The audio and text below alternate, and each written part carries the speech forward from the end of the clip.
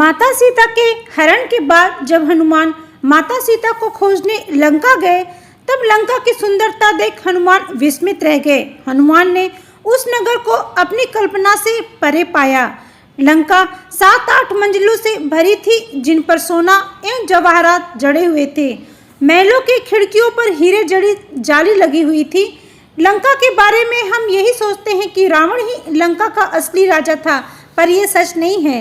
कौन था लंका का असली राजा और किसने किया था इतने भव्य नगर का निर्माण, और किस किसने किया था लंका पर शासन, तो चलिए हम आपको बताते हैं। पर आगे बढ़ने से पहले मैं रिक्वेस्ट करूंगी, यदि आप चैनल पर पहली बार आए हैं तो प्लीज़ मेरे चैनल को सब्सक्राइब ज़रूर करें। मैं इस चैनल पे इसी प्रकार के धार्मिक वीडियोस अपलोड करती हूँ। दोस्तों, वैसे तो लंका निर्माण की कई कथाएं मौजूद है, परंतु वाल्मीकि रामायण के अनुसार हेति और प्रहति नाम के 2 प्रमुख राक्षस थे। प्रहति तपस्या करने वन को चला गया, वहीं हेति ने विवाह किया।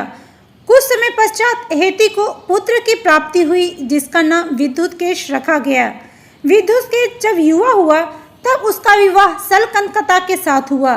समय आने पर शल्यकंतका ने मेरु पर्वत पर एक पुत्र को जन्म दिया, परंतु शल्यकंतका ने उस पुत्र का भरण पोषण नहीं किया, क्योंकि वह अपने पति के साथ यौन तृप्ति का आनंद लेना चाहती थी। उसने जन्म देने के बाद ही शिशु को त्याग कर दिया। लाचार शिशु जब विलाप कर रहा था, तभी वहां से भगवान शिव माता पार्वती के साथ गुजर रहे थे। माता पार्वती को शिशु पर दया आ गई। माता पार्वती को खुश करने के लिए भगवान शिव ने तुरंत उस शिशु को युवक बना दिया। माता पार्वती ने उसका नाम रखा शुकेश। कुछ समय पश्चात शुकेश ने गंधर्व की पुत्री के साथ विवाह किया। समय आने पर उसकी पत्नी ने माली, सुमाली और माल्यवान नाम के 3 पुत्रों को जन्म दिया। जब उनके तीनों पुत्र बड़े हुए, तब वे भी तपस्या करने हेतु वन में चले गए।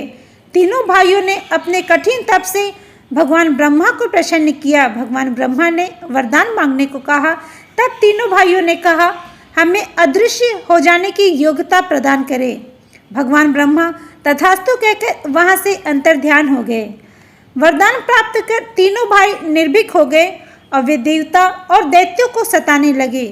तीनों भाई विश्वकर्मा के पास गए और अपने लिए देवताओं के समान निवास की व्यवस्था बनाने की मांग करने लगे। विश्वकर्मा ने उन्हें स्वर्ण दीवारों से घिरी लंका के बारे में बताया, जिसे विश्वकर्मा ने बनवाया था।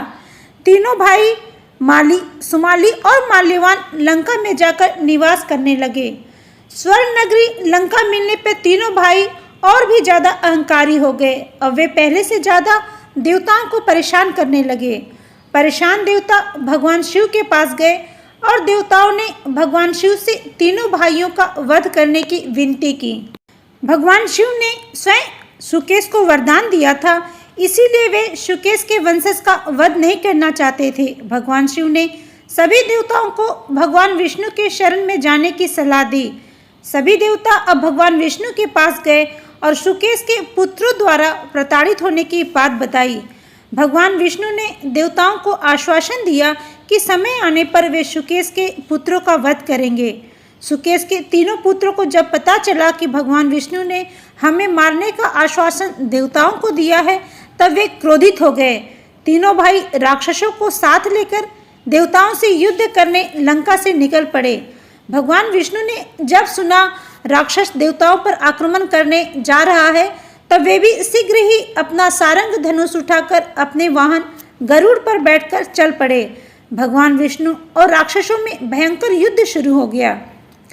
सुमाली ने भगवान विष्णु पर बाणों की वर्षा कर दी। भगवान विष्णु ने सुमाली के सारथी का सिर काट दिया, जिसके कारण घोड़े सुमाली की रथ को घसीटते युद्ध क्षेत्र से बाहर ले गए। अब माली भगवान विष्णु से युद्ध करना प्रारंभ किया। माली ने गदे से गरुड़ पर प्रहार किया। यह देख भगवान विष्णु अत्यंत क्रोधित हुए। उन्होंने अपना सुदर्शन चक्र छोड़ा, जिससे पल भर में ही माली का सिर शरीर से अलग हो गया। अपने भाई की मृत्यु देख सुमाली और माल्यवान युद्ध क्षेत्र से भाग खड़े हुए। उनके पीछे सारे राक्षस भी लज्जित होकर लंका लौट आए। अब इन राक्षसों को सदैव डर सताने लगा कि भगवान विष्णु कभी भी हम पर आक्रमण कर हमें मृत्यु दे सकते हैं। अतः राक्षस लंका छोड़कर पाताल लोक निवास करने के लिए चले गए। बहुत समय पहले ब्रह्मा के मानस पुत्र पुलत्स्य ऋषि हुआ करते थे। समय आने पर पुलत्स्य की पत्नी ने एक पुत्र को जन्म दिया, जिसका नाम उन्होंने विशर्वा रखा। जब विशर्वा युवा हुए तब उनका विवाह इडविडा के साथ हुआ। कुछ समय पश्चात विशर्वा और उनकी पत्नी इडविडा को एक पुत्र की प्राप्ति हुई, जिसका नाम वैशर्वन रखा गया। युवा होने पर वैशर्वन ने भगवान ब्रह्मा की कठिन तपस्या की। उसकी तपस्या से प्रसन्न होकर ब्रह्मा ने वैशर्वन को चौथे लोकपाल पर नियुक्त किया। भगवान ब्रह्मा ने कहा, चौथे लोकपाल बनाए जाने के कारण आज से तुम कुबेर नाम से जाने जाओगे। कुबेर बनने के पश्चात वैशर्वन अपने पिता के पास गए। कुबेर ने कहा, भगवान ब्रह्मा ने मुझे वरदान तो दिया है, परंतु मेरे रहने का कोई स्थान निश्चित नहीं किया है। इस पर विशर्वा ने कहा, तुम त्रिकूट पर्वत पर स्थित लंका में जाकर रह सकते हो। अपने पिता विशर्वा की आज्ञा अनुसार कुबेर लंका जाकर रहने लगे। उनके अच्छे शासन के कारण उस स्थान में समृद्धि होने लगी। कुछ समय पश्चात राक्षस शुमाली की पुत्री कैकसी ने विशर्वा से विवाह किया, जिससे उनको रावण, कुंभकर्ण, शूर्पणखा और विभीषण नाम की 4 संतानें प्राप्त हुई। रावण बचपन से ही अपने सौतेले भाई कुबेर से ईर्ष्या करता था। रावण ने भगवान ब्रह्मा की तपस्या कर उन्हें प्रसन्न किया। बदले में भगवान ब्रह्मा ने रावण को अमर होने का वरदान दिया। जब राक्षस शुमाली को पता चला कि उसके पौत्र ने अमर होने का वरदान प्राप्त किया है, तब वो निर्भीक हो गया और पाताल लोक से निकलकर रावण के साथ रहने लगा। एक दिन शुमाली ने रावण को उकसाया। शुमाली ने कहा, तुम्हारी कृपा से भगवान विष्णु का भय जाता रहा, जिसके कारण हमें लंका छोड़कर जाना पड़ा था। इस समय लंका पर कुबेर का अधिकार है, परंतु मूल रूप से लंका राक्षसों की है। इसीलिए तुम कुबेर के पास जाओ और अपने भाई से राज्य वापस ले लो।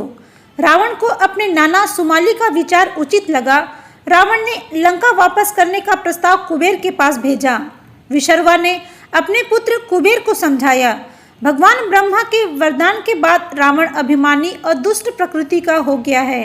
मेरा परामर्श है कि अब तुम्हें और तुम्हारे अनुचरों को लंका छोड़ देनी चाहिए। अपने पिता की सलाह पर कुबेर लंका छोड़ के कैलाश पर रहने चले गए। कुबेर के लंका छोड़ने के पश्चात रावण लंका में सुखपूर्वक शासन करने लगा। भगवान राम के साथ युद्ध में जब रावण की मृत्यु हुई, उसके बाद भगवान राम ने विभीषण को लंका का राजा बनाया। इस प्रकार विभीषण ने बहुत लंबे समय तक सुखपूर्वक लंका पर शासन किया। दोस्तों, लंका पे शासन की ये कहानी आपको कैसी लगी? क्या आप इसे पहले से जानते थे? कमेंट्स बॉक्स में ज़रूर बताइएगा। अगर कथा अच्छी लगी हो तो वीडियो को लाइक और शेयर करना न भूलिए। और अगर आप चैनल पर पहली बार आए हैं तो मैं रिक्वेस्ट करती हूँ, प्लीज़ मेरे चैनल को सब्सक्राइब ज़रूर करें।